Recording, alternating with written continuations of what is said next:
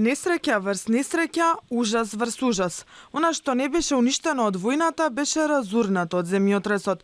По турнатините на сирискиот град Алепо остана и 4-годишната внука на Бранка Неделковиќ, македонка која над 2 децени живеела во Сирија пред да избега од ужасите на војната. Во обид да си ги извлече од станот на 4-ти кат во зградата двете деца и сопругата, помладиот син во семејството Неделковиќ не успел да се ја спаси ќерка си. Не се повреди, не само од девојчето.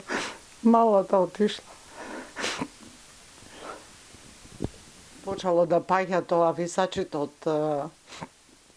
од кујната и излегол надвор, трчал едниот, го спасил другото, не знам како било, не можам ништо да разберам од него, ништо не ми кажува и он е потресен доста.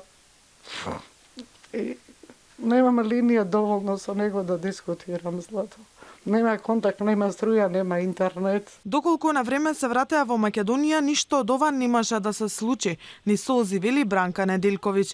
Таа веќе неколку години е заглавена низ лавиринтите на македонските институции. Бидејќи помладиот син е роден во Сирија, не можел да се дојде со неа и со постариот брат кога побегнале од ужасите на војната пред 6 години. Од тогаш никако не успева да ги среди документите. Он бара да се врати, Злато. Бара да се врати и документите, мои документи што ги сегна. Он ми даде пари, ја му ги испратив на него тие пари да извади пасоши и они рекоа дека он ќе го донесе тука и дека ќе го запослат во Македонија. А он сака да се врати, он не сака таму да живее. Зашто не може да се живее таму. Нема никаков живот, нема никакви услови.